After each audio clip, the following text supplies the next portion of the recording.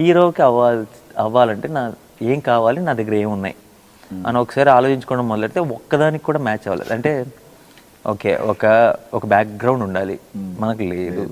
పోనీ మన మీద మన స్టార్ కిడ్ ఉండాలి, కాదు. మన మీద మనీ పెట్టి తీయగలిగే ప్రొడ్యూసర్ ఉండాలి, లేరు. పోనీ పరిచయం ఉన్న వాళ్ళు ఎవరైనా ఇండస్ట్రీలో రికమెండ్ చేయగలిగే వాళ్ళు ఉండాలి, లేరు. సో ఏ సంబంధం లేదు. పోనీ మనం బేబత్సైన అందంగా ఉండాలి, లేదు. పోనీ 6 అడుగుల హైట్ ఉండాలి, లేదు. పోనీ హార్స్ రైడింగ్లు గట్రా రావాలి, రావు.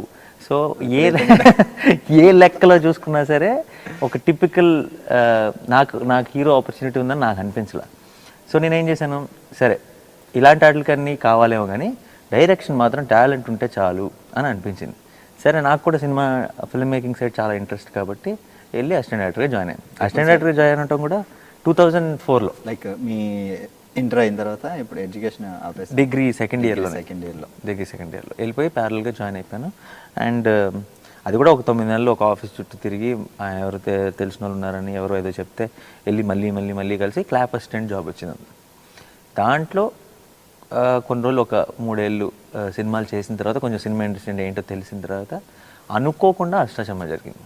అంటే అది కూడా ప్లాన్ కాదు. అంటే నాకు ఇష్టం ఉన్నా సరే నేను అనుకున్నప్పుడు జరగలేదు, కానీ డెస్టినీ మళ్ళీ అటువైపు తోసింది.